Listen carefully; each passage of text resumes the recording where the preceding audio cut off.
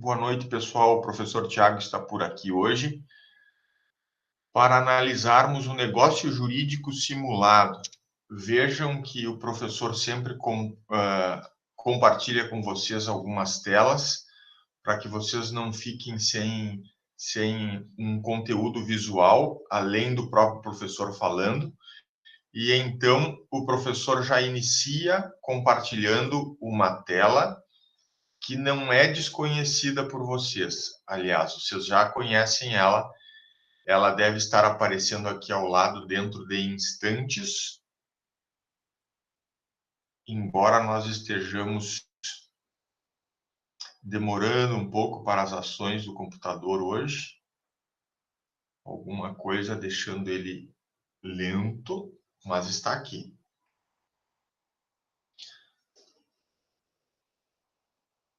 Vamos ampliar. Ctrl F5. Essa tela que vocês veem aqui ao lado, pessoal, ela já foi objeto de análise em aulas anteriores, pois agora o professor está fazendo a passagem daqueles assuntos que dizem respeito à nulidade relativa, que é uma nulidade considerada falha leve, e que, sendo falha leve, cabe ação anulatória, desde que ajuizada dentro do prazo de 4 anos de decadência. Também cabe a ação pauliana, se nós estivermos falando de um defeito específico chamado fraude contra credores. Essa ação pauliana se submete a prazo de decadência também. Se vocês analisarem, nós já estudamos todos estes 6 defeitos que repercutem, ora na manifestação de vontade, que não é livre, e ora repercutem negativamente no meio social, como é o caso da fraude contra credores. Então, só em repetição daquilo que nós já vimos, o professor precisa dizer que nós estudamos 5 defeitos, cujo objetivo é atacar a vontade manifestada, atacar no sentido de dizer ao juiz excelência, a vontade manifestada, nesse caso, não foi livre. E não foi livre porque houve erro, não foi livre porque uma das partes agiu com dolo, não foi livre porque uma das partes agiu com coação moral, ou não foi livre pelo estado de perigo ou pela lesão. E aí, falando mais propriamente no estado de perigo e na lesão, o professor tem que advertir vocês de que é preferível ajuizar as ações revisionais no estado de perigo e na lesão, porque tanto estado de perigo quanto lesão tem um requisito ou elemento objetivo que é a onerosidade excessiva. E a revisional entra exatamente aí, preservando o contrato que foi assinado, mas equilibrando as prestações e retirando ou afastando essa onerosidade excessiva. Então, 5 defeitos nós vimos com mácula na vontade manifestada, e a observação que faço é para os 2 últimos, estado de perigo e lesão, e vocês então estão sabendo que no estado de perigo e lesão deveremos preferir ajuizar a ação revisional. Só em último caso ajuizaremos a ação anulatória. Professor, as duas se submetem a prazo para o seu ajuizamento? E a resposta correta é sim. As duas, tanto a revisional quanto a ação anulatória, as duas se submetem a prazos para o seu ajuizamento. Qual é a diferença? A diferença é que nas anulatórias nós temos um pedido de desconstituição do negócio jurídico, e as ações desconstitutivas, a critério do legislador, se submetem a prazos de decadência. Já de outro lado, nós temos a ação revisional, que está junto com as ações indenizatórias. São ações condenatórias, cujo pedido vai pedir para condenar a parte a um pagamento. Condena o réu, excelência, a pagar indenização por danos morais. condena o réu a revisar a cláusula contratual, equilibrar as prestações e me devolver tantos R$ 1.000. As condenatórias se submetem a prazo também para o seu ajuizamento, só que por critério do legislador, um critério pedagógico, ele utilizou o nome prescrição. Então, a prescrição está linkada com as ações condenatórias, como a ação de indenização e a ação de revisão, e a decadência, de outro lado, está linkada com as ações constitutivas ou desconstitutivas, como é o caso da ação anulatória. Nós vamos, nesse semestre, também analisar bem prescrição e decadência, e vocês já sabem a diferença trivial entre elas. A decadência para as ações anulatórias, que são desconstitutivas, a prescrição para as ações condenatórias, que são as indenizatórias, as revisionais. Essa distinção leva vocês aonde vocês quiserem. Sabendo isso, não precisa saber quase que mais nada. A ideia pedagógica do legislador de tratar um prazo com o nome de decadência para as desconstitutivas ou constitutivas e pedagogicamente tratar como prescrição o prazo para as ações condenatórias, como as indenizatórias e revisionais. Esta ciência que vocês já estão tendo no primeiro ano de graduação, ela é de fundamental importância, e eu digo a vocês que tem gente grande aí que não sabe a diferença básica entre prescrição e decadência. Há uma confusão, assim como há uma confusão na nomenclatura das ações, porque o pessoal da prática profissional também confunde ações anulatórias com ações declaratórias de nulidade, e isso não dá para confundir. Vocês que estão passando aqui pela cadeira de Direito Civil 2 e que já passaram pelo Civil 1, vocês não têm o direito de errar esses conceitos. Não têm o direito. Vocês, pelo contrário, vocês têm o dever de acertar essas situações. Não vamos aprender tudo. Logicamente que não vamos aprender tudo, mas nós vamos aprender o essencial. E eu garanto para vocês que com este essencial, que muitos dizem assim, é o feijão com arroz, com esse feijão com arroz, vocês vão longe, seja optando pela carreira em concursos públicos, seja optando pela carreira na advocacia particular. Essa tela aqui, ela se esgota só pela lembrança de que nós já tratamos de 6 defeitos que são falhas leves. Os 5 primeiros, abordando a vontade manifestada que não é livre, erro, dolo, coação, estado de perigo e lesão. E o 6º defeito com repercussão social negativa, a fraude contra credores. Todos esses 6 defeitos têm ações a serem ajuizadas no seu cunho desconstitutivo, tem a possibilidade da ação anulatória. E então o cuidado que eu peço novamente a vocês, se a ação é anulatória e esta ação ataca falhas leves de negócios que são anuláveis, nós temos que cuidar prazos de decadência, tanto para as ações anulatórias assim denominadas, no erro, dolo, coação, estado de perigo, ou também denominada ação revocatória na fraude contra credores. 6 defeitos já vistos, 6 ações de cunho anulatório, 6 ações que devem cuidar o prazo decadencial de 4 anos. Agora nós vamos falar propriamente da questão envolvendo a simulação. E eu digo a vocês que o negócio jurídico simulado, ele é considerado no nosso Código Civil de 2002 uma falha grave. Vejam bem, uma falha grave. Antes de adentrar no nosso roteiro de estudos, pessoal, Para falar de simulação aqui, ó, vocês devem estar vendo, agora nem tanto, aqui ao lado, ó, simulação, artigos 167 e 168 do Código Civil.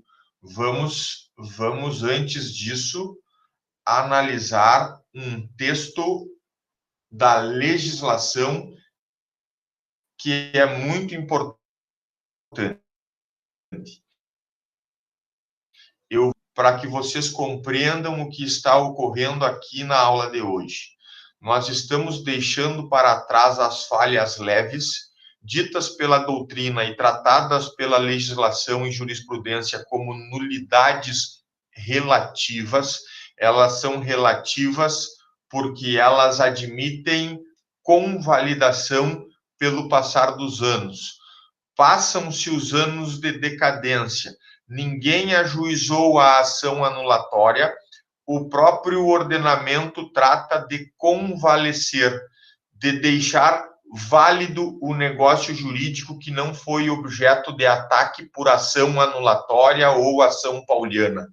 Vejam que a nulidade relativa é falha leve e, portanto, a repercussão é mais branda. Se o tempo passa e ninguém ajuiza a ação anulatória e ninguém ajuiza a ação pauliana na fraude contra credores, o ordenamento jurídico vai compreender que não se quer mexer naquele negócio jurídico e após 4 anos e 1 dia em diante, ninguém mais pode discutir a anulação desses negócios jurídicos. Para fazer o fechamento dessa ideia de nulidades relativas, dessa ideia de falhas leves, que são atacadas por ação anulatória ou ação pauliana na fraude. Para fazer esse fechamento, o professor invoca a cola, eu vou chamar assim didaticamente, a cola do artigo 171 do Código Civil. O 171 do Código Penal é estelionato.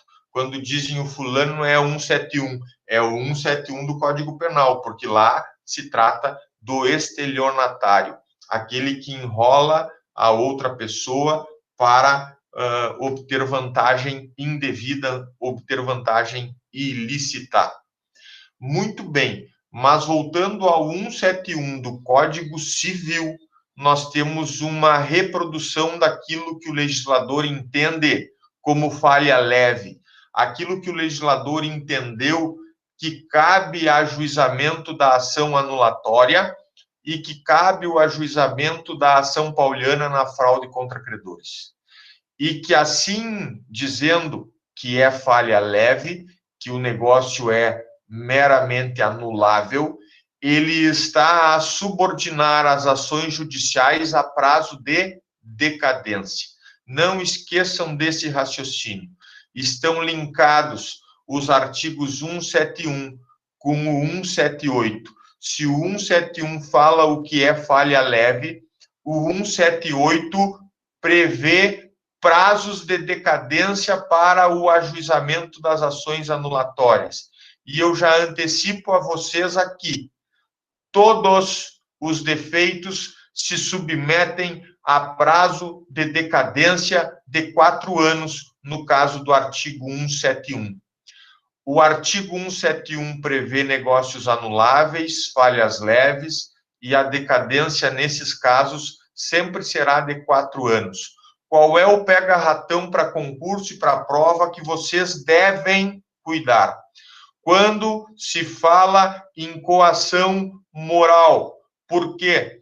Porque a coação moral, segundo 178 do Código Civil, vai falar que o prazo de decadência de 4 anos é contado a partir do momento em que cessar a coação. O último dia em que o coator praticar ato tentando coagir o paciente ou coagido, nós vamos considerar ali o marco inicial, ali o termo inicial, ali o termo ad quem para a contagem de prazo de decadência. Então, cuidem, entre todos esses defeitos do 171 do Código Civil, entre todos eles, cuidem especialmente da coação moral quando tratarem de prazo de decadência, porque lá no 178 nós temos uma regulamentação específica para a coação.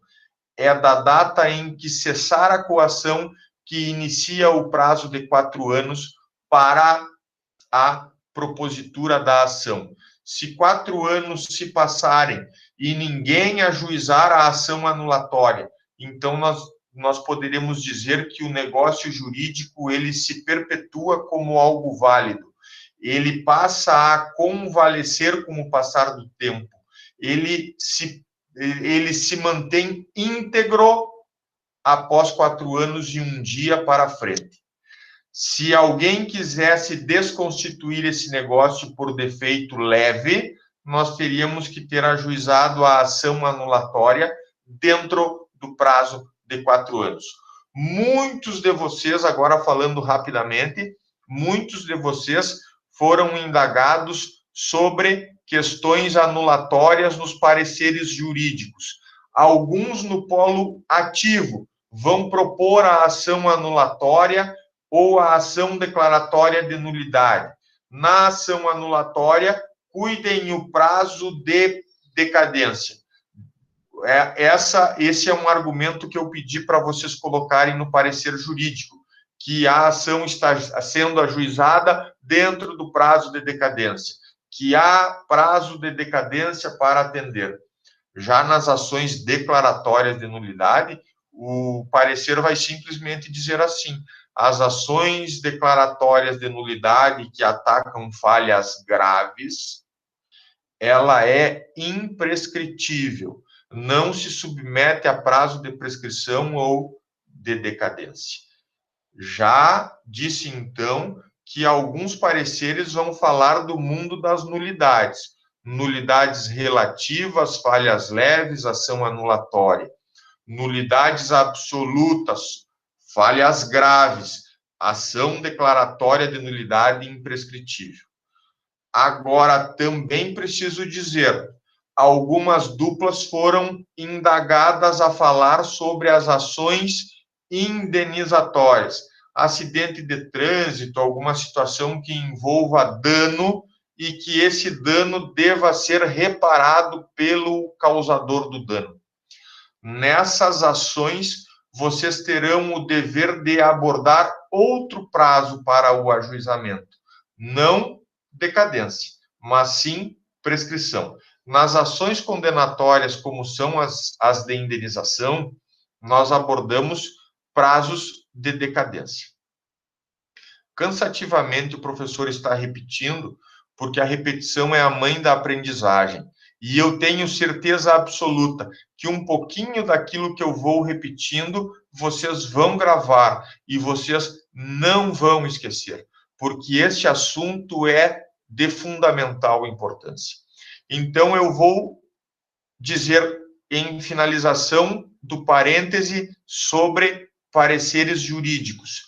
As duplas foram acionadas para se manifestarem sobre prazo de decadência, aqueles que vão ajuizar a ação anulatória, e prazo de prescrição, aqueles que vão ajuizar as ações indenizatórias. De outro lado, se num lado tinha o polo ativo que vai propor a ação, de outro lado nós temos o polo passivo, aquele que, uma vez citado para se defender, argumenta quais são as razões da defesa. Então, quando vocês pegaram o polo passivo dos pareceres, eu lá também disse: falem de decadência ou de prescrição. Nessa perspectiva agora, de que quem provoca o Poder Judiciário com uma contestação para defender a parte que representa, quem se defende em juízo alega decadência e alega prescrição como questão prefacial de mérito. Questão que deve ser analisada pelo Poder Judiciário, pelo juiz ou pela juíza de primeiro grau, ou pelo pela turma ou pela Câmara no Tribunal de Justiça ou no Tribunal Regional Federal da 4ª Região. Então, eles têm que analisar, em primeiro lugar, a alegação de prescrição ou de decadência. Por quê, pessoal? Porque uma vez que o juiz analisa que se verificou o prazo de prescrição ou que se verificou o prazo de decadência, ele sequer analisa a questão de mérito. Ele já manda arquivar o processo dizendo assim, olha, a decadência incidiu aqui, passaram-se 4 anos e 5 meses e agora o senhor vem querer ajuizar a ação anulatória. O senhor tinha prazo de 4 anos, eu não vou admitir essa ação agora. Então, ele manda arquivar o processo e sequer abre os autos para ver se tem questão de mérito, se é erro, se é dolo, se é coação moral ou não é. Ele não abre o processo para analisar o mérito propriamente dito. Então, eu pedi a vocês, nos polos passivos, que abordassem questão de decadência, que abordassem questão de prescrição, decadência naqueles que se defendem nas ações anulatórias e ação pauliana, prescrição naqueles que se defendem na ação indenizatória. E eu pedi a vocês que fizessem isso no parecer, porque é matéria de alegar em defesa da parte. Quando a parte se defende, ela muito bem se defende também alegando questões de prescrição. Ela também se defende alegando questões de decadência. E vocês, no parecer jurídico, têm que fazer essa alegação. É o primeiro tópico ali na saída da fundamentação, já tem que alegar como prefacial de mérito a questão de prescrição ou a questão de decadência, conforme a ação que está sendo debatida. Não esqueçam disso. O prescrição e decadência, a alegação em defesa é em primeiro lugar. É questão prefacial de mérito. Dita assim, porque o juiz analisa prescrição e decadência antes de analisar o mérito propriamente dito. Depois de verificar se ocorreu ou não ocorreu a decadência, se ocorreu ou não ocorreu a prescrição, o que o juiz tem como caminho? Se ele verifica ultrapassado o prazo de prescrição e decadência, extingue o processo com julgamento de mérito e manda arquivar o processo, porque não cabe mais discutir aquilo ali. Está morta e enterrada a situação, o Poder Judiciário não se mete mais nisso. Pois bem, o que acontece no outro caminho se o juiz, ao contar prazo de prescrição ou ao contar prazo de decadência, ele verifica que a ação foi ajuizada dentro do prazo?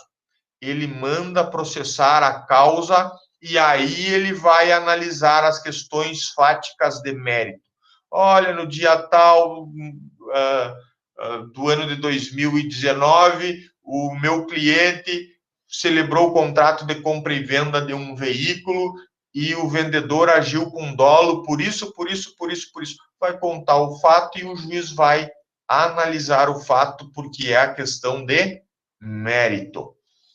Então, vocês já dividam no parecer essa ideia em defesa. Aqueles que estão no polo passivo, alegando como defesa. Questão prefacial de mérito da decadência ou da prescrição. Questão do mérito propriamente dito. E aí falem do argumento de mérito. Já que eu abri esse parêntese, vou também dizer a vocês, na questão de mérito propriamente dito, nas ações anulatórias, quem se defende em ação anulatória alega que o negócio jurídico é válido. E quem pede na ação anulatória alega que o negócio jurídico tem uma falha e deve ser anulado. Isso é questão meritória. Um lado vai propor a ideia de anulação, porque não tem validade, e o outro lado vai se defender propondo a ideia de que sim, que é válido e que deve ser confirmado pelo tribunal o contrato, o negócio jurídico em geral. Nas ações indenizatórias, como isso ocorre?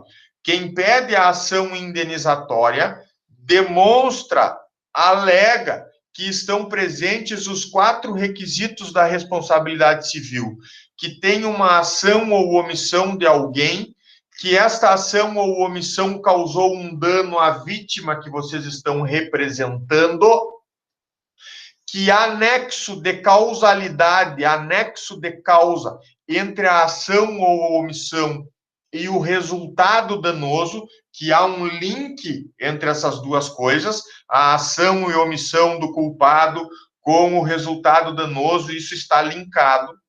Ou seja, para dizer que não é culpa de terceiro, para dizer que não é culpa exclusiva da vítima.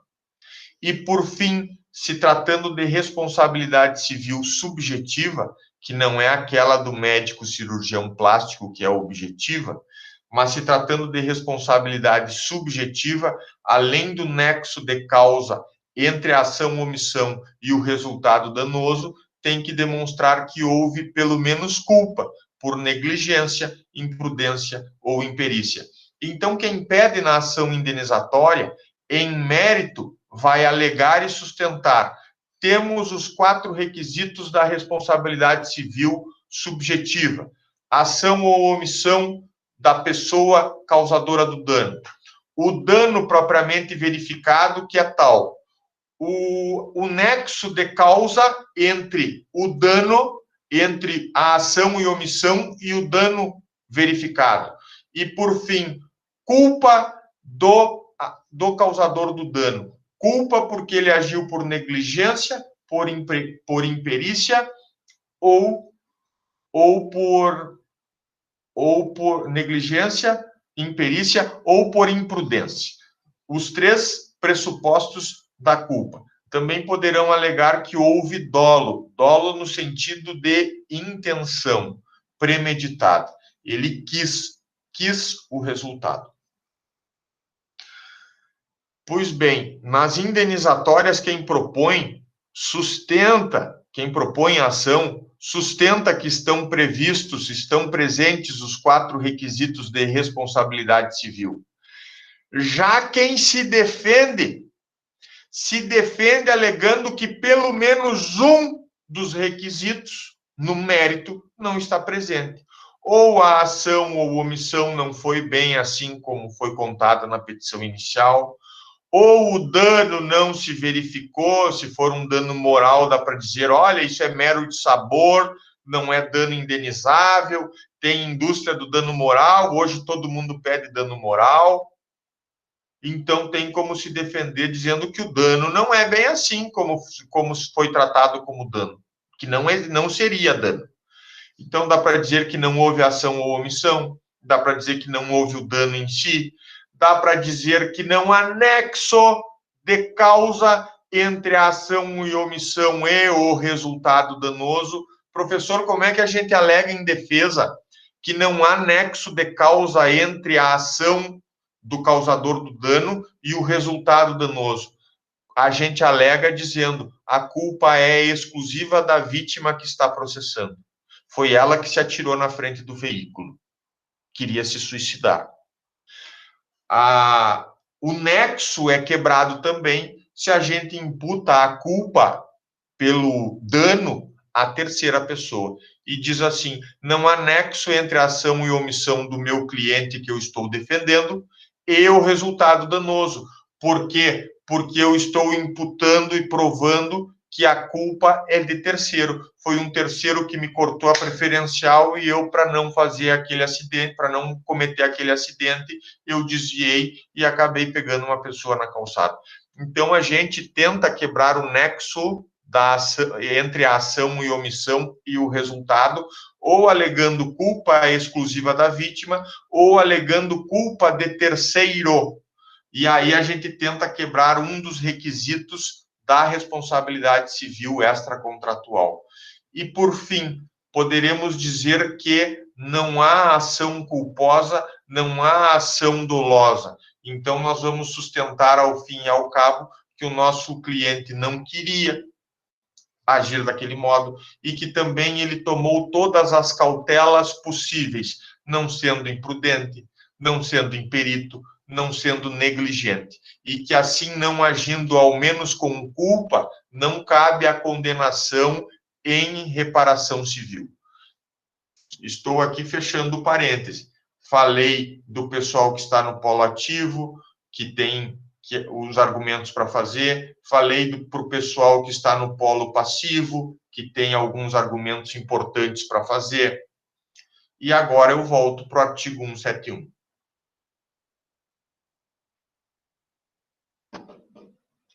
Foi um grande parêntese para falar dos pareceres, por quê? Porque a semana que vem eu penso, se nós não adiarmos de novo, eu penso que a semana que vem a gente já dá início às apresentações. Bueno, qualquer dúvida, vocês têm o meu WhatsApp para a gente ir debatendo. Eu já tenho debates com alguns ali que me pediram auxílio ou debateram algumas dúvidas com o professor. Podem me questionar, que eu ajudo vocês na elaboração dos pareceres jurídicos. Falem de prescrição e decadência, falem também do mérito propriamente dito. Aqui no 171, nós estamos fechando as falhas leves, pessoal. Este 171, ele está vinculado às ações anulatórias e ele está vinculado a prazos de decadência do artigo 178. Cuidem que prazo de decadência do 178 é de 4 anos. Vamos encerrar os 6 defeitos que são considerados falhas leves com a leitura do artigo 171. Além dos casos expressamente declarados na lei, além desses casos, o que o legislador está deixando aqui no 171?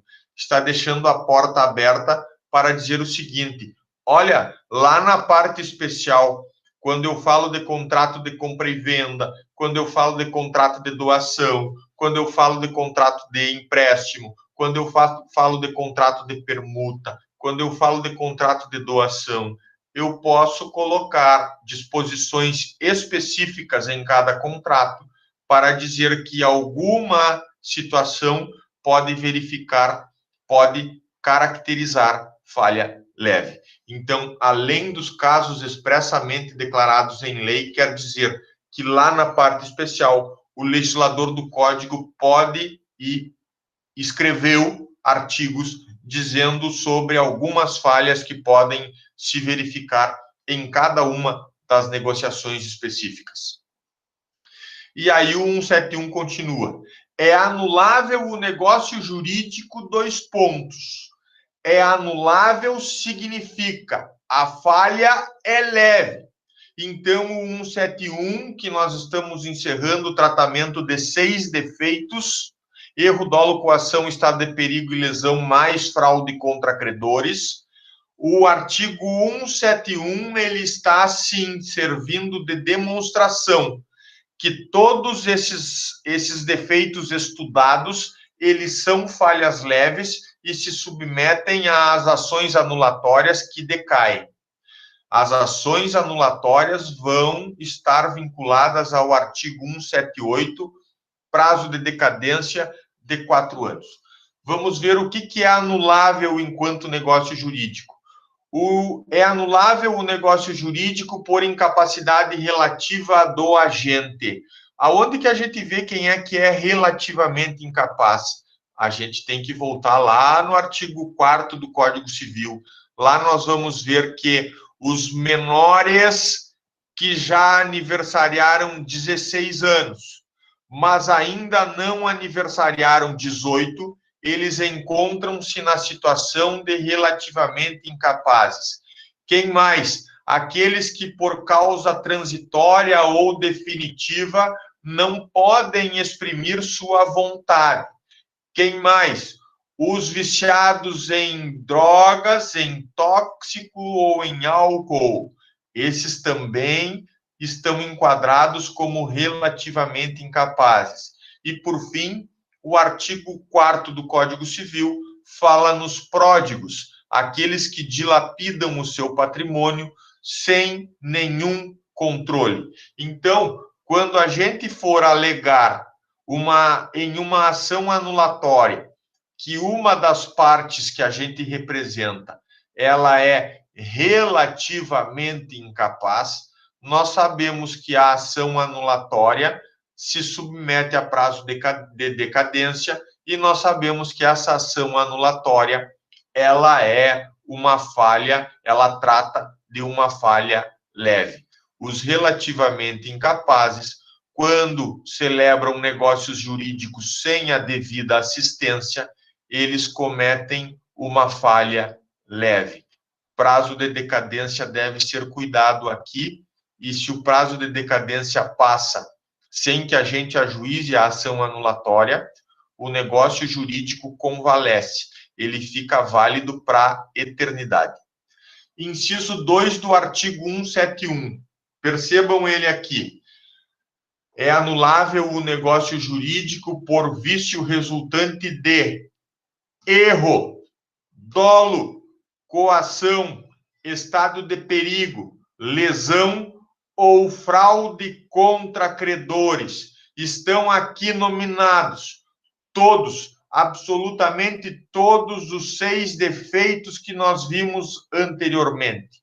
E todos pelo artigo 171 do Código Civil são considerados falhas leves. Todos se submetem a ritos de ação anulatória.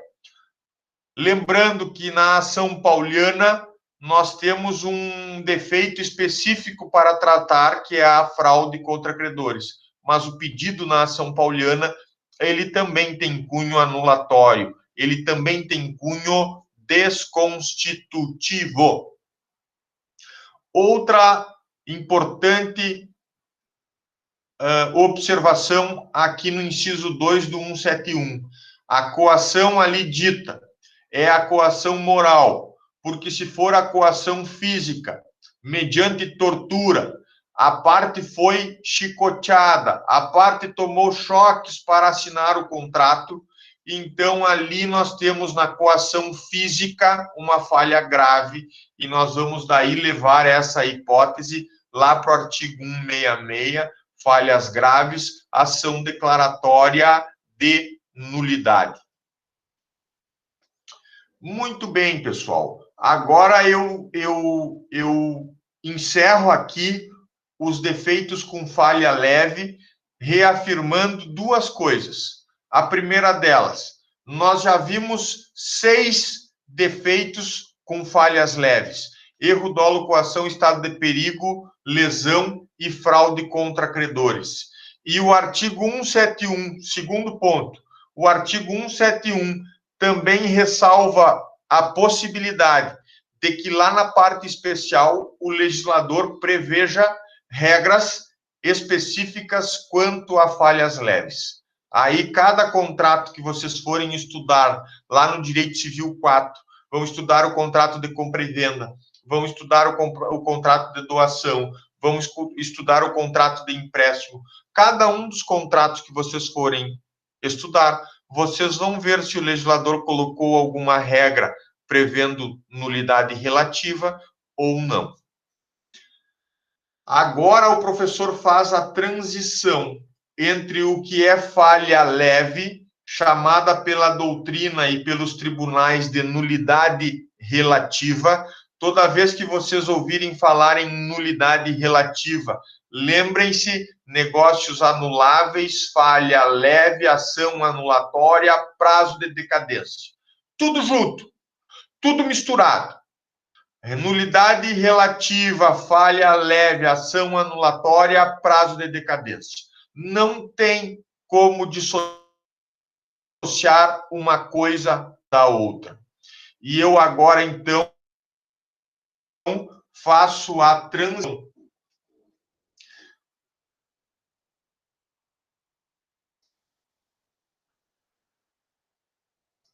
Eu agora faço a transição, pessoal, para o artigo 166 do Código Civil, porque ele, artigo 166, é que fala quando o negócio jurídico é nulo. E aí eu estou fazendo a transição, por quê? porque deixamos para trás as nulidades relativas e as falhas leves e começamos agora a falar das nulidades absolutas, aquelas que o legislador considera como falha grave. E se são falhas graves, isso tem um efeito prático, que é ter um remédio jurídico para ajuizar no Poder Judiciário. Um remédio jurídico que pode ser utilizado a qualquer tempo. Um remédio jurídico que não se submete a prazo de decadência, que não se submete a prazo de prescrição. E isso é importante que vocês saibam. Tem alguns pontos da matéria que vocês são obrigados a fixar. Esse diferencial entre nulidade relativa, falha leve, ação anulatória, prazo de decadência, e, de outro lado, nulidade absoluta, falha grave, ação declaratória de nulidade, imprescritível, este é um ponto da matéria que não pode escapar da percepção de vocês. Não pode. E então vocês devem estar se perguntando, professor, mas como é que a gente escolhe na prática? É só denominar o nome da ação e ela se submete a prazo ou denominar o nome da ação e ela não se submete a prazo? E a resposta é lógica. Eu digo, é lógico que não. É lógico que não é só a denominação da ação. Vocês poderiam estar pensando assim, eu vou alegar o dolo, mas vou denominar o nome da ação de ação declaratória de nulidade. Daí ela não se submete a prazo de decadência ou de prescrição. Lê do engano. Quando o juiz analisa o caso, ele analisa o fato em si e ele vai se dar conta de que se trata do defeito do dolo. E que pouco importa se vocês deram o nome errado para a ação. O mais que pode ocorrer é o juiz no despacho chamar a atenção de, olha, deveria ter sido ação anulatória. Mas não é o que ocorre na prática. Nem nos despachos judiciais se menciona sobre o nome da ação. A jurisprudência já consolidou que não é pelo nome que se dá à ação que se tem uma causa para não receber a petição inicial. Então, a jurisprudência já flexibilizou a norma, dizendo, olha, pouco importa o nome que se dá à ação. Vamos colocar lá ação ordinária, ação pauliana, ação anulatória, ação declaratória. Pouco importa o nome que o advogado quis dar à ação judicial. O nome não importa para o resultado da análise do fato narrado e provado, e não importa para a consideração a respeito do pedido formulado.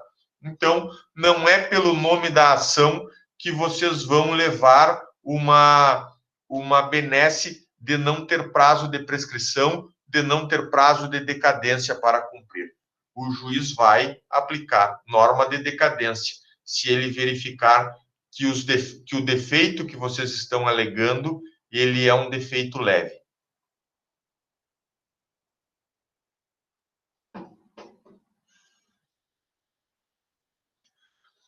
Então, a dica fica aqui. Artigo 171, ações anulatórias. Lá estão ditos os defeitos que devem amparar as ações anulatórias. Lá estão ditas as falhas leves que vão motivar vocês a ajuizar ações anulatórias. E de outro lado, o artigo 166, que vocês agora estão visualizando aqui.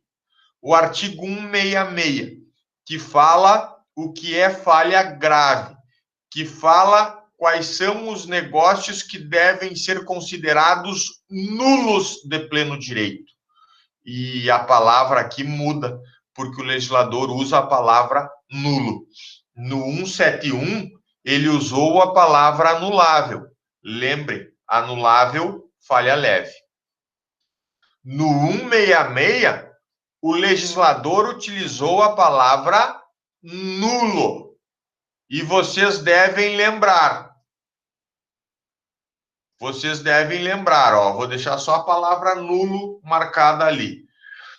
Vocês devem lembrar que nulo significa falha grave.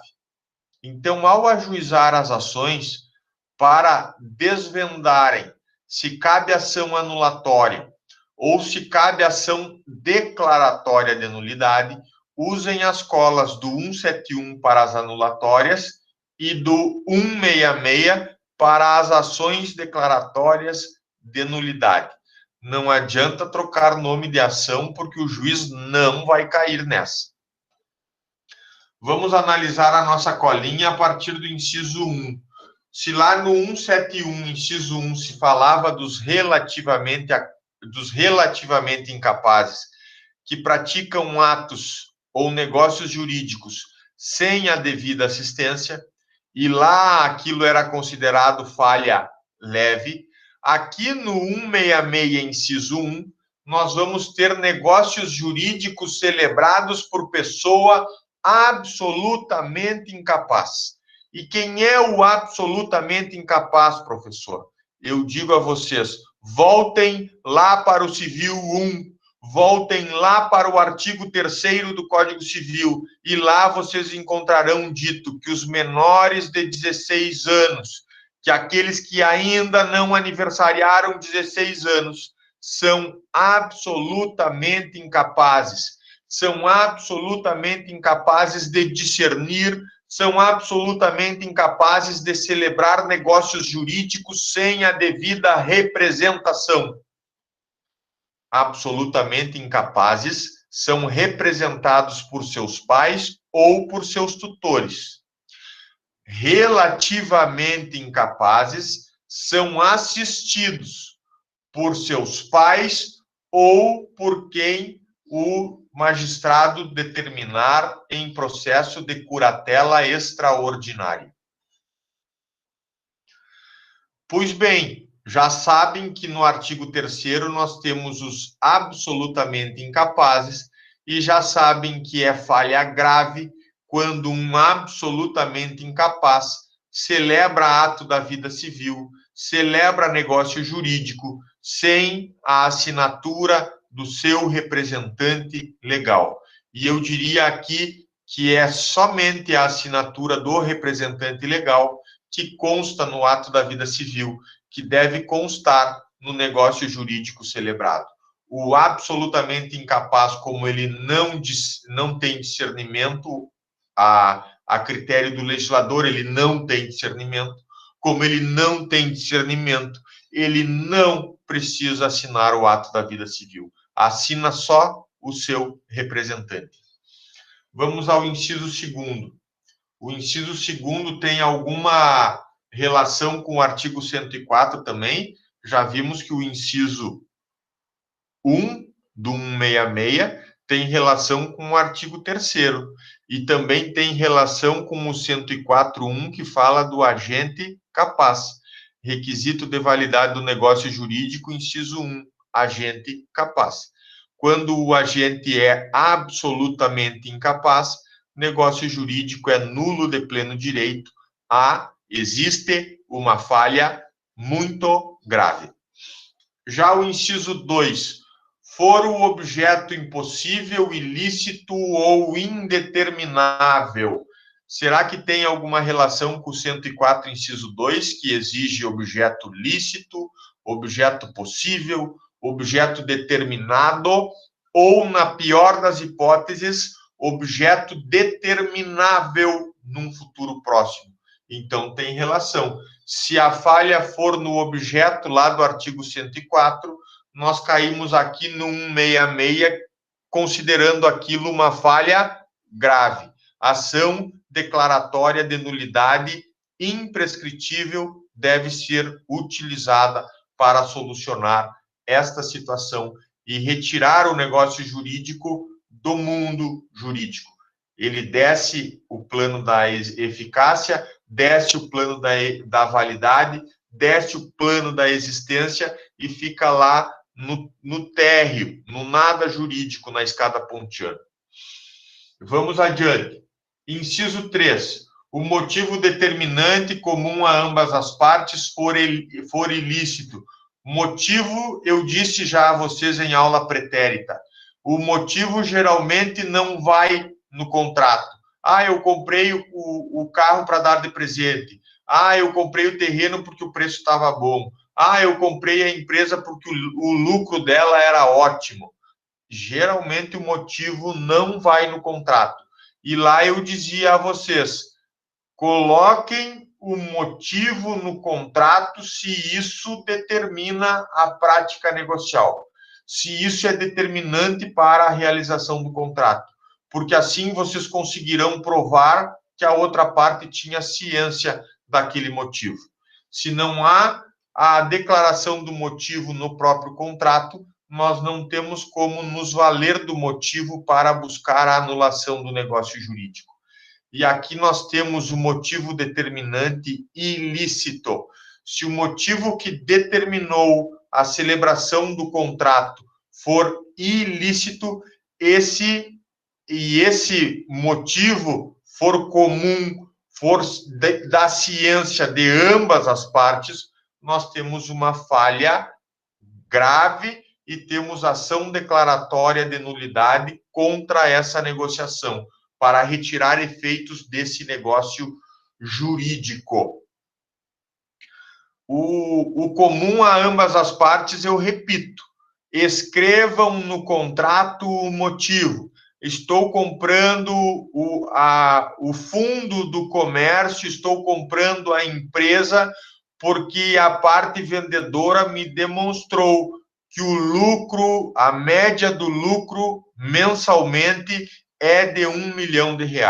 Escrevam no contrato, porque senão nós não temos como mostrar que o motivo é comum a ambas as partes. Aqui o detalhe é que esse motivo determinante para a contratação, ele é considerado algo ilícito, algo não querido, algo que está lá no mundo das ilicitudes do direito penal. Inciso 4 e inciso 5, o professor vai ver eles em conjunto, porque eles estão linkados com o artigo 104, inciso 3. Não revestir a forma prescrita em lei, for preterida alguma solenidade que a lei considere essencial para a sua validade. Lá no 104 eu dizia e repetia a vocês, nós devemos atender às formalidades, nós devemos atender às solenidades, quando a legislação exige formalidades ou exige solenidades. Vamos atender, porque se nós não atendermos formalidades, se nós não atendermos solenidades, nós estaremos dando margem para uma ação que vai buscar a declaração de nulidade absoluta do negócio jurídico. O casamento que não é feito na frente do juiz de paz, o contrato de compra e venda de imóvel acima de 30 salários mínimos que não é feito no tabelionato por escritura pública. Todas falhas que preterem, que afastam uma solenidade exigida pela lei. Se nós afastarmos solenidades exigidas pela lei, nós estaremos caindo aqui numa falha grave. Artigo 166, inciso 4, artigo 166, inciso 5. Vamos atender como requisito de validade todas as formalidades exigidas pela lei. Agora o inciso 6. Tiver por objeto fraudar lei imperativa. Então, aqui nós temos o mundo do crime novamente. Fraude. Todos os tipos de fraude estão aqui a ensejar a nulidade do negócio jurídico. Sempre que alguém tiver por espírito uma fraude, eu vou fazer um negócio jurídico para não pagar imposto, eu vou fazer um negócio jurídico para me esquivar do órgão público fiscalizador. Toda vez que nós tivermos essa ideia na negociação, fraudar lei imperativa, eu vou fazer um contratinho aqui para demonstrar que ele não é meu funcionário, eu vou fazer um contratinho aqui para dizer que ele é diarista. Toda vez que nós estivermos fraudando lei imperativa, seja para afastar a assinatura de carteira de trabalho, seja para afastar o pagamento de um débito, de uma taxa, de uma contribuição com o governo, sempre nós cairemos numa falha grave. Tiver por objeto fraudar a lei, fraudar algo que a lei prevê, nós estaremos ali diante de uma falha grave, uma possibilidade de ajuizar a ação declaratória de nulidade que não prescreve e não decai. Para finalizar, o legislador deixa uma janela aberta. Se lá no 171 eu disse para vocês, o legislador deixou uma porta aberta para lá na parte especial falar algumas regras que possam tornar anuláveis os negócios. Aqui no 166, o legislador não chegou a deixar uma porta aberta, mas ele deixou uma janela aberta. Então vamos ver o que diz o inciso 7. A lei taxativamente o declarar nulo ou proibir-lhe a prática sem cominar sanção. Então, nós vamos ver, por exemplo, lá no contrato de doação, que é vedada a doação de todos os bens, sem reserva de parte para a sua subsistência. Lá, o legislador disse que é nula a doação de todos os bens. E ele cominou sanção? Ele cominou alguma penalização? Não, ele só declarou nulo. Então, aqui nós, pelo 166, inciso 2, vamos ajuizar a ação declaratória de nulidade para anular a doação que represente a totalidade dos bens do doador. Só para dar um exemplo. Então, aqui no inciso 7, o legislador deixou, sim, uma janela aberta para todos aqueles que interpretam os contratos lá na parte especial. Dito isso, agora, propriamente, nós vamos entrar no negócio jurídico simulado.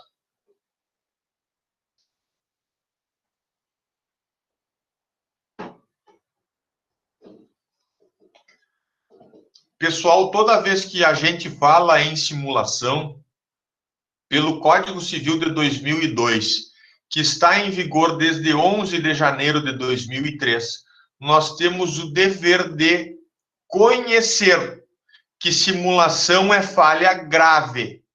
Por que, professor, que simulação é falha grave? Não era grave antes pelo Código de 16? Não, não era falha grave pelo Código de 16. Pelo Código de 16, que vigorou até 10 de janeiro de 2003, nós tínhamos defeito leve no negócio jurídico simulado. Defeito leve significava, para o código anterior, ajuizamento de ação anulatória dentro de um prazo de decadência. Não ajuizar a ação anulatória dentro do prazo de decadência era deixar o negócio simulado válido para a eternidade. Agora, pelo Código de 2002, nós temos que conhecer que o negócio jurídico simulado, ele é tratado como falha grave. E eu vou mostrar a vocês por que ele é tratado como falha grave. Diz o artigo 167, na sua primeira parte, que é a que mais importa. É nulo o negócio jurídico simulado. Alguém não compreendeu que nulo significa falha grave. Alguém não compreendeu que nulo significa o remédio processual no Poder Judiciário chamado de ação declaratória de nulidade, que não se submete a prazo de prescrição ou de decadência? Se alguém não compreendeu, trate de compreender, porque isso cai em concurso, já caiu mais logo que trocou o código, se revogou de 16 e entrou de 2002, logo que entrou o novo código, caiu muito essa questão em concurso. Agora se cobra menos, mas se cobra. Então, não deixem de conhecer este pilar da simulação. Para compreender simulação, é preciso saber qual é a gravidade de um negócio simulado. E eu digo a vocês, a gravidade é alta, é uma falha grave, o negócio jurídico simulado, o legislador não quer que ele permaneça produzindo efeitos, e então caberá ação declaratória de nulidade a qualquer tempo que vocês quiserem ajuizar. Pode ser 50 anos depois que o negócio simulado foi realizado. Tem ação declaratória de nulidade e pode ser discutida a qualquer tempo a simulação.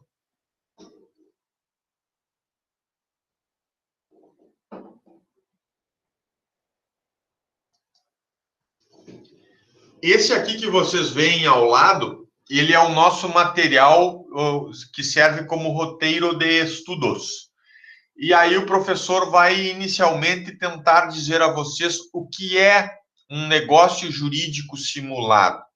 E por que o legislador o considera uma falha grave? Toda vez que eu for fazer um negócio jurídico e eu der aparência de realidade para esse negócio jurídico, mas que na prática esse negócio jurídico não foi feito, ou outra foi a negociação por debaixo dos panos, nós estaremos diante da simulação.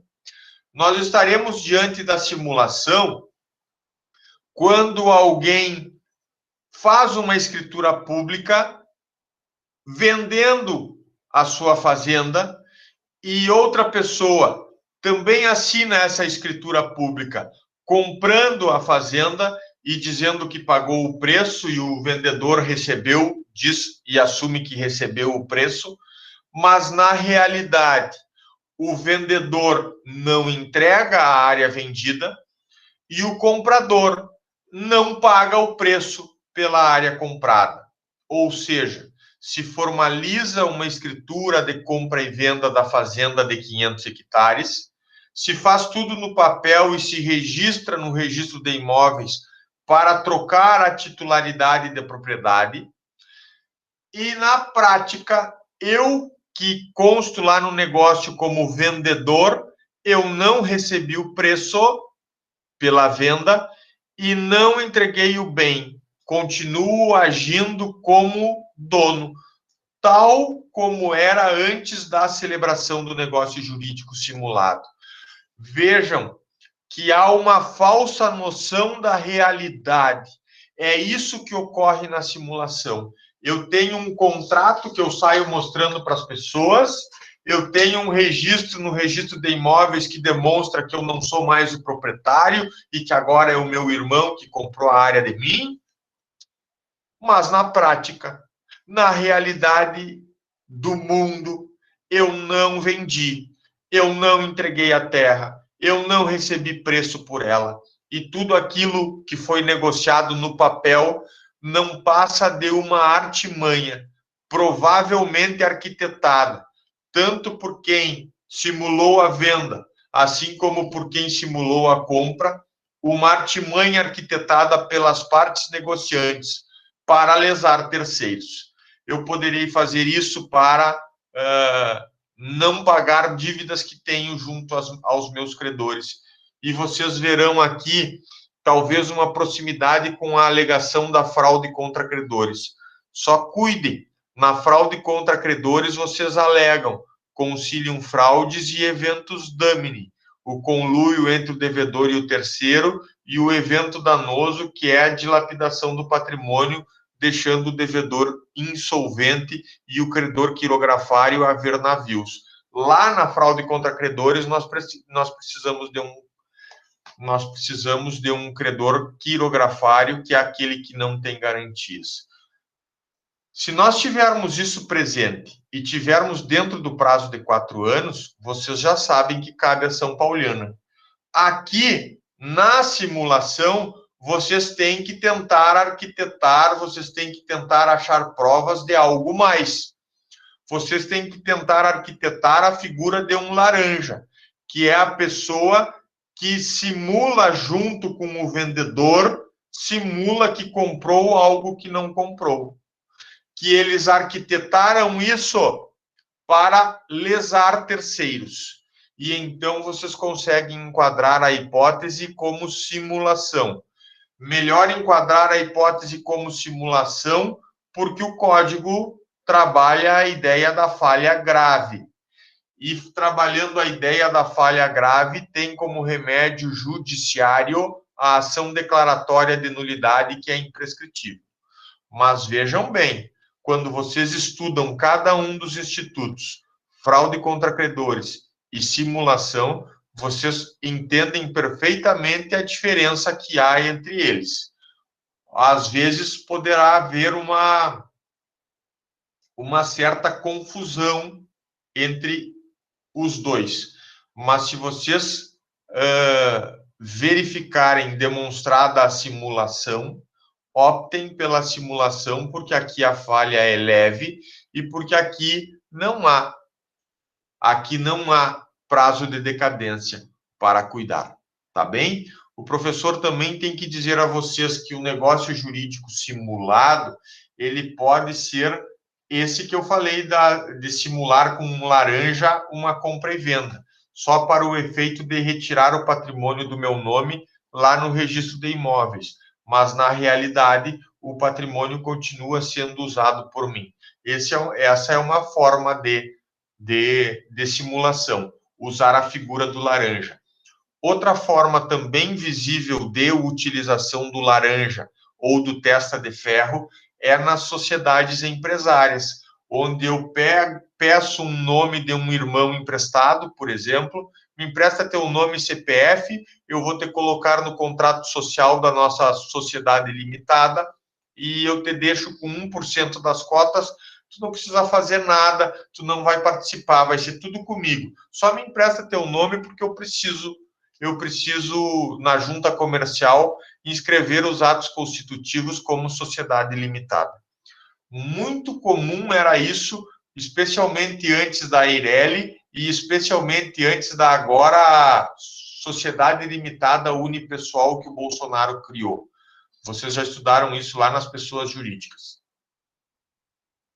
Mas vejam que quando alguém, titular da maior parte da empresa, pede o nome de outra pessoa conhecida, pede o nome emprestado junto com o CPF, para fazer essa pessoa constar como sócia, nós estamos ali diante da figura do laranja, estamos ali diante da figura do testa de ferro. E o próprio ato constitutivo, o contrato social, a ata de fundação da pessoa jurídica de direito privado, ela é nula de pleno direito, por simulação.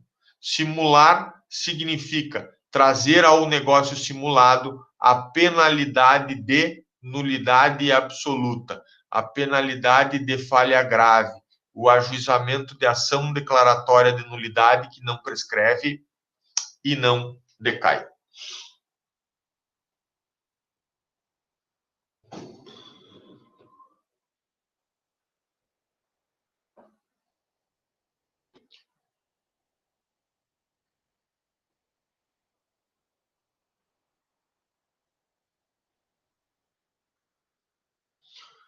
O professor quer agora falar um pouco com vocês sobre um assunto de distinção. O negócio jurídico simulado, ele é algo que não condiz com a realidade. As pessoas articulam, as pessoas forjam, as pessoas até demonstram por documento uma determinada negociação, mas essa negociação, ela só vigora de fachada, ela só vigora aparentemente. Na realidade, as pessoas ou não negociaram nada e não queriam negociar nada, ou elas articularam um outro negócio por debaixo dos panos.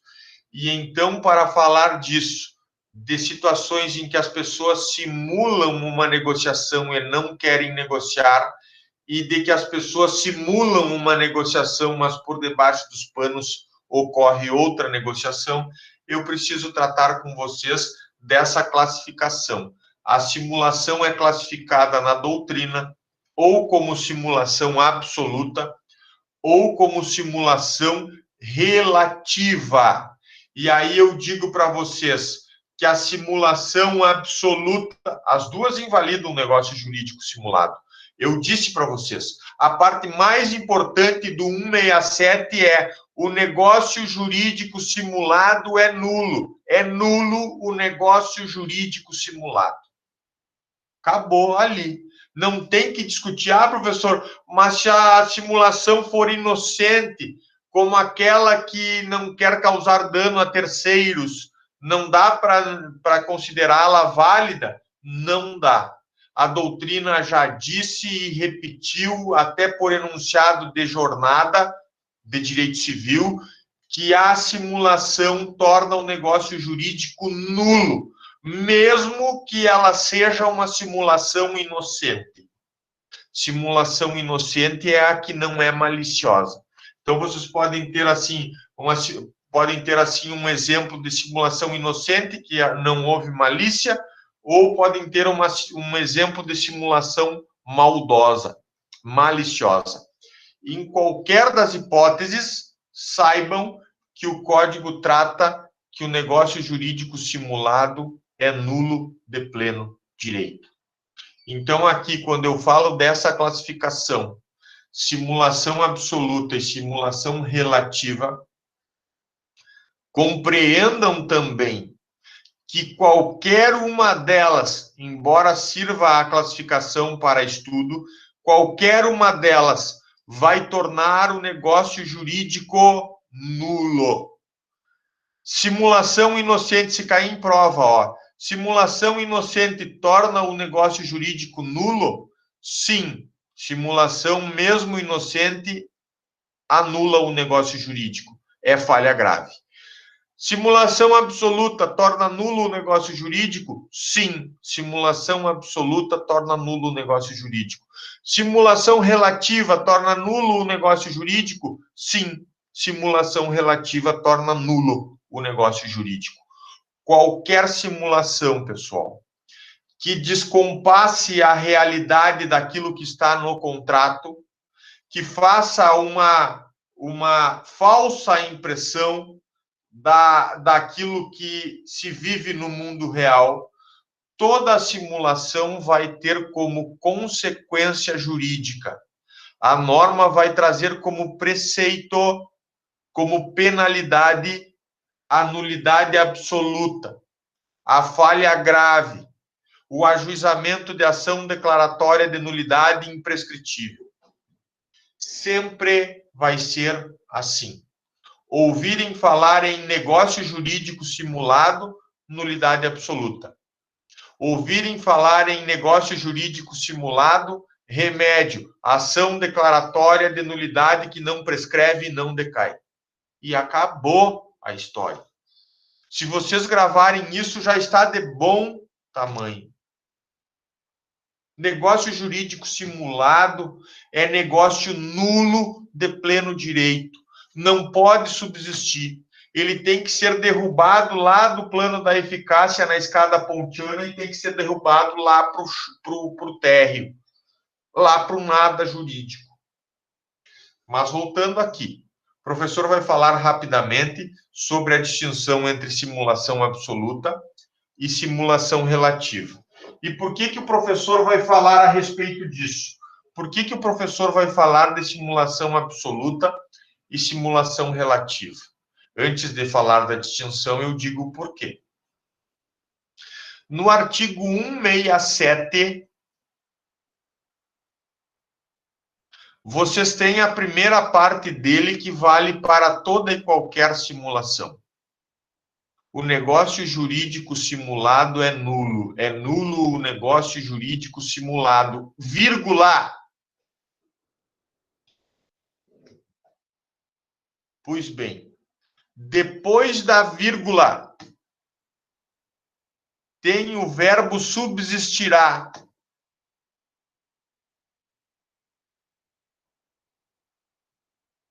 Este verbo e toda a segunda parte do artigo 167 só é utilizável em casos de simulação relativa. E agora eu começo a explicar. A primeira parte do 167 vale para toda e qualquer simulação, simulação maliciosa, simulação inocente, simulação absoluta, simulação relativa, não importa que simulação seja, toda simulação torna o negócio jurídico nulo. Toda simulação vai fazer com que vocês ajuizem ação declaratória de nulidade, que não se submete a prazo de decadência, nem de prescrição. Mas o que é uma simulação absoluta? É uma simulação que as partes não querem negociar na realidade. Quem se porta como vendedor não quer vender e vai continuar, após a negociação, agindo como dono daquilo que vendeu. E quem se porta na negociação como comprador não quer comprar.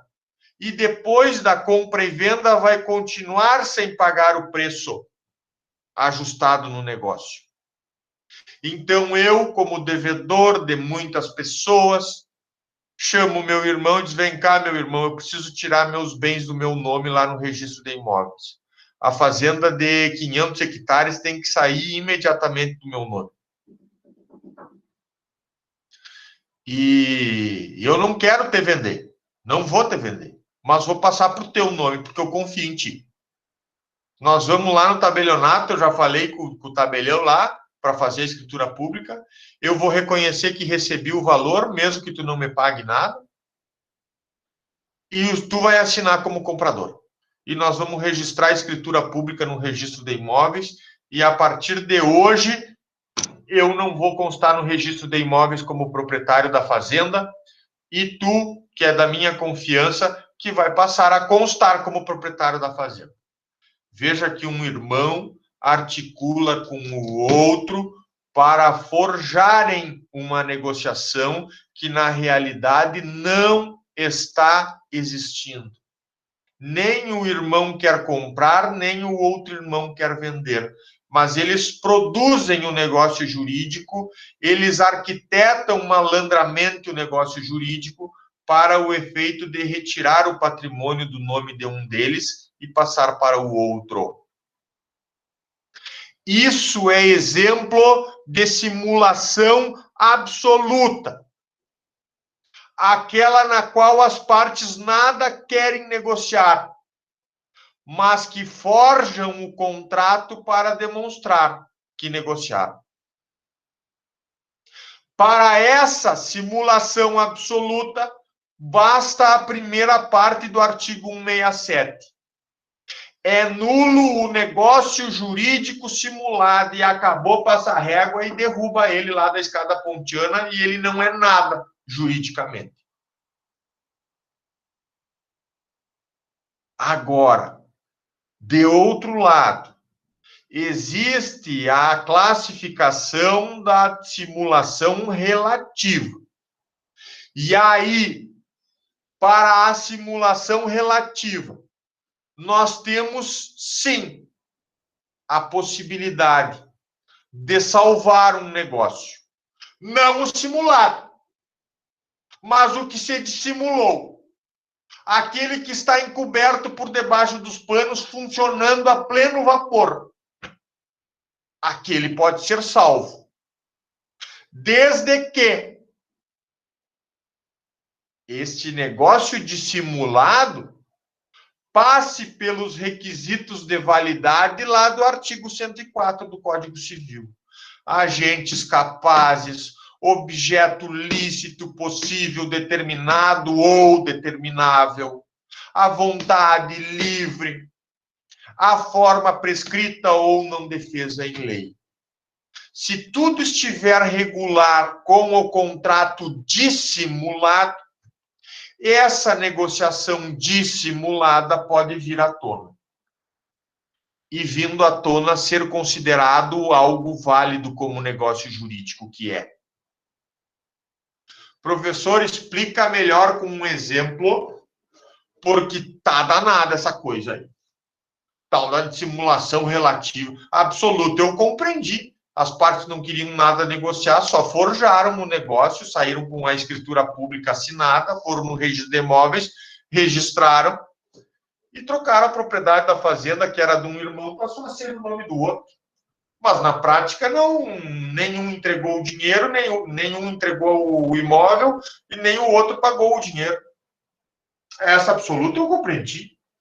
Ajuízo ação declaratória de nulidade, babau. Peço para o juiz lá sentenciar declarando a nulidade.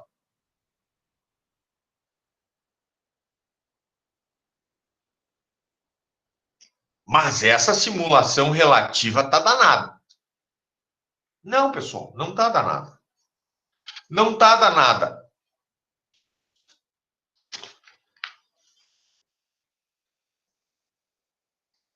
Nós temos na relativa um negócio aparente demonstrado por contrato escrito. Um negócio aparente demonstrado por contrato escrito, que as partes seguram por aí, de olha aqui, ó, vendi, olha aqui, ó, é uma locação, olha aqui, ó, é um comodato. Tem simulação ali também na compra e venda, no comodato, na locação. Tem simulação no contrato que eles apresentam como prova por aí. Mas, ao contrário da simulação absoluta, que as partes nada queriam negociar, ao contrário da simulação absoluta, na simulação relativa, algo ocorre por debaixo dos panos, algo ocorre por debaixo do tapete. Tem um outro negócio que quis ser realizado. Ou melhor, formulando a frase, que as partes queriam realizar, mas não queriam que esse outro negócio viesse à tona. Então, o exemplo é a melhor forma de vocês compreenderem a simulação relativa. Eu saio por aí demonstrando um contrato de locação, que nessa casa onde eu moro há um contrato de locação pelo qual eu pago R$4.000 por mês de aluguel. Essa casa é de propriedade dos meus pais. E eu pego esse contrato de locação que eu forjei com eles e disse, pai e mãe, vamos assinar um contrato de locação que eu preciso fazer prova. Preciso fazer prova num processo. E eu pego esse contrato de locação que meu pai e minha mãe assinaram comigo, eles como proprietários, eu como inquilino que pago aluguel de R$4.000 por mês. Eu pego esse contrato e jogo num processo como prova, num processo ajuizado pela minha esposa e pela minha filha me pedindo pensão alimentícia. E eu jogo o contrato de locação lá e digo assim, excelência, eu não tenho toda essa renda que estão dizendo que eu tenho aí para me pedir pensão. Reduz o valor da pensão porque eu pago R$4.000 de aluguel. Está aqui o contrato. E apresento para o juiz o contrato de locação. Formalmente perfeito, né? Perfeição é a palavra para aquele contrato de locação.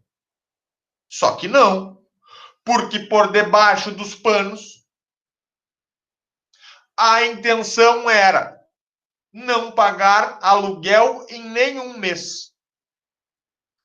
E o que é uma negociação que entrega a posse de um bem imóvel para quem não é proprietário morar, em troca de nada? Com ausência de pagamento de aluguéis. E vocês vão dizer assim, professor, isso é empréstimo. E se o bem imóvel é infungível como é, o nome que se dá ao contrato é comodato. E aí vocês começam a compreender o que é a simulação relativa.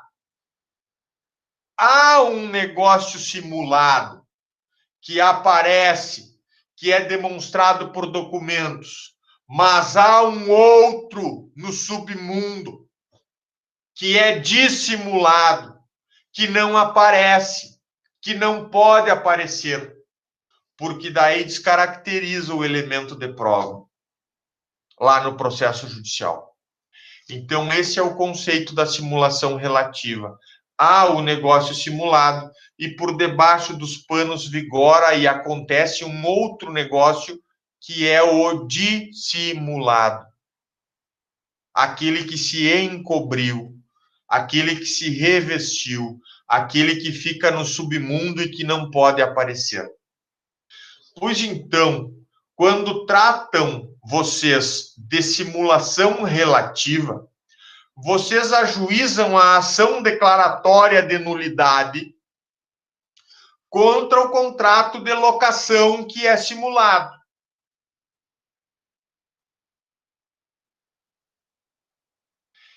E aí vocês vão ler na simulação relativa. Ó, tá batendo lá.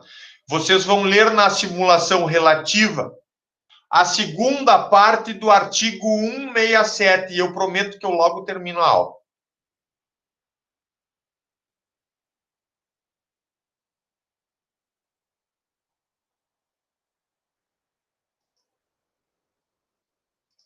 Vou colocar aqui que é melhor, ó.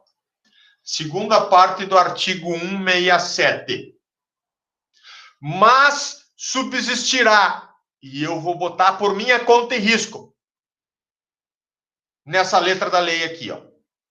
Mas subsistirá na simulação relativa o negócio que se dissimulou, o comodato que estava no submundo, o comodato que estava por debaixo dos panos funcionando a pleno vapor, porque a locação que eu juntei no processo para provar que eu pagava aluguel de 4.000, aquela locação nunca funcionou.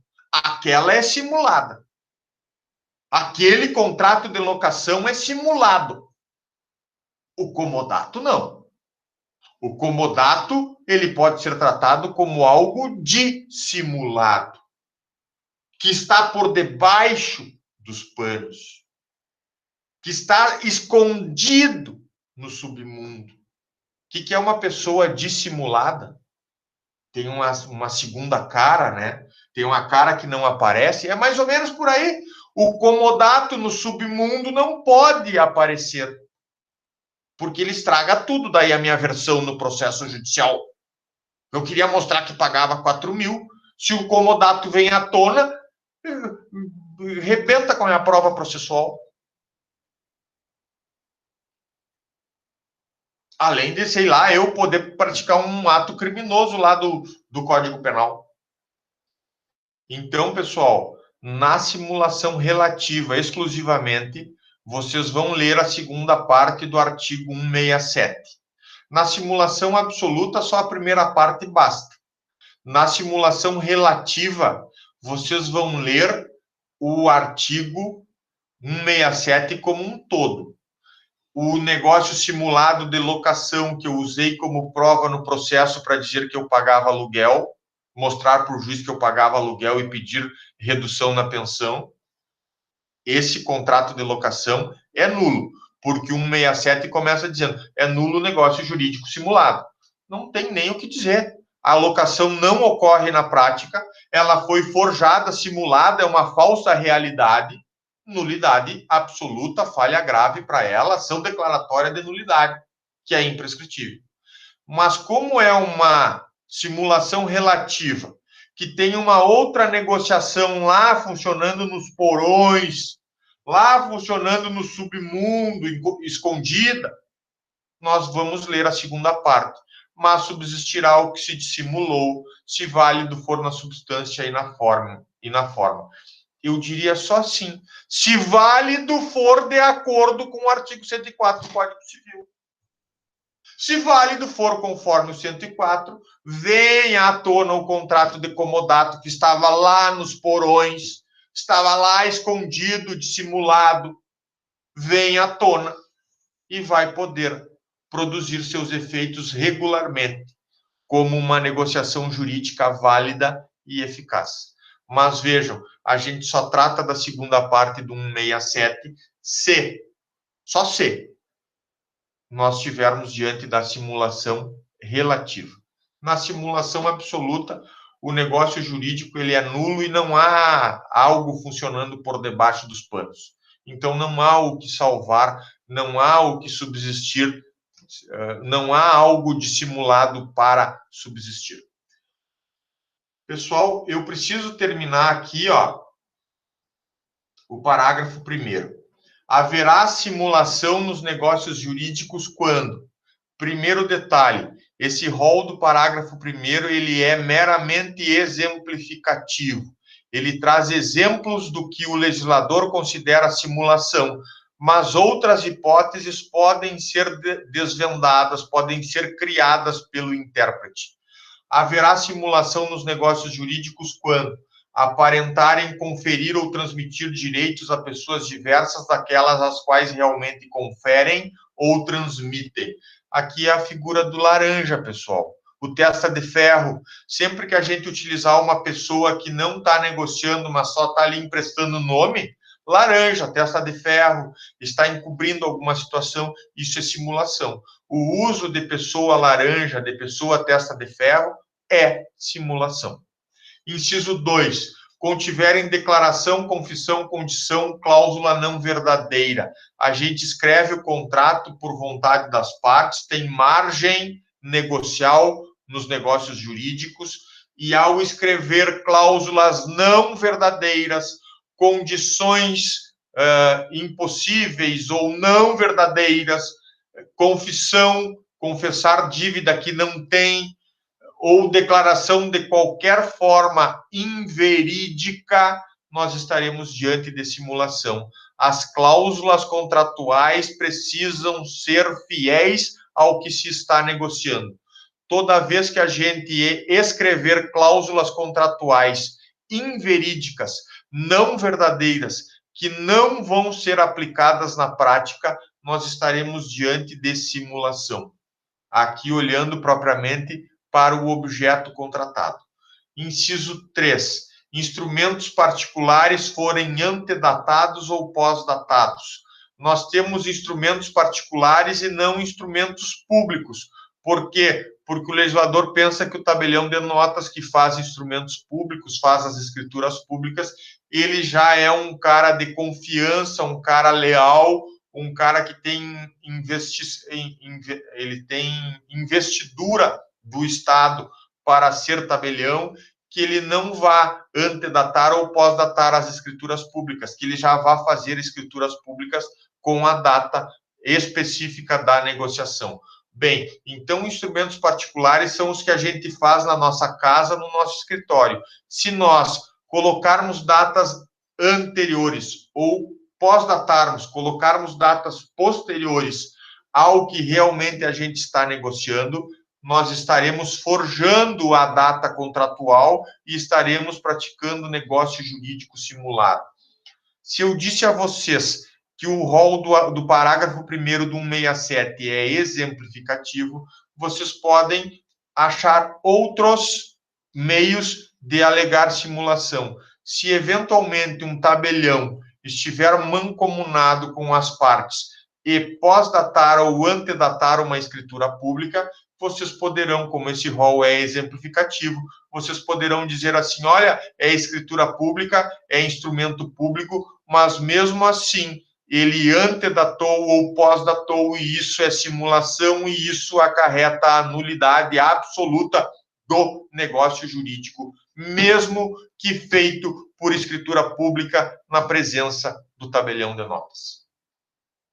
Esse rol, não esqueçam, ele é meramente exemplificativo. Outras hipóteses podem surgir e eu já sinalizei uma para vocês aqui. O inciso 3 fala de instrumentos particulares. nada impede que seja um instrumento público, uma escritura pública antedatada ou pós-datada. Vai ser simulação da mesma forma. Finalizo aqui, pessoal, ó. Parágrafo 2º. Ressalvam-se os direitos de terceiros de boa-fé em face dos contraentes do negócio jurídico simulado. O dever do intérprete é sempre pensar em terceiros de boa-fé. E eu digo assim, há um tratamento para as partes que simularam, o irmão que simula a venda para outro irmão, há um tratamento a respeito disso, mas vamos pensar assim, se nessa cadeia negocial já entrar um terceiro de boa-fé que porventura tenha comprado essa área do irmão que titularizava a área, nós já temos que começar a pensar nos terceiros de boa-fé e pensar nos direitos que eles estão comprometendo ali. Às vezes a situação ela se torna mais complexa. No caso do parágrafo 2º do 167, quando a gente pensa em direitos de terceiros de boa-fé que porventura entrem na cadeia negocial, nós estaremos diante de uma situação bem complexa de fatos e uma situação bem complexa para resolver. Dito isso, o professor está encerrando a aula, agradecendo a atenção de todos. Vou encerrar a gravação e fico à disposição de vocês, pessoal.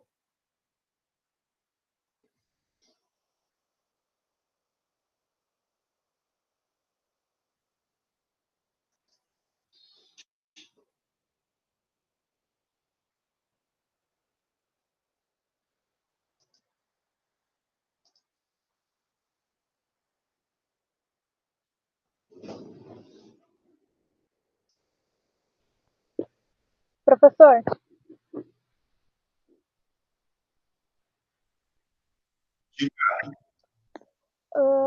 tipo assim, ó, se a gente pegou um caso em que a prescrição ou a decadência não vai nos favorecer, eu tenho igual que citar ele?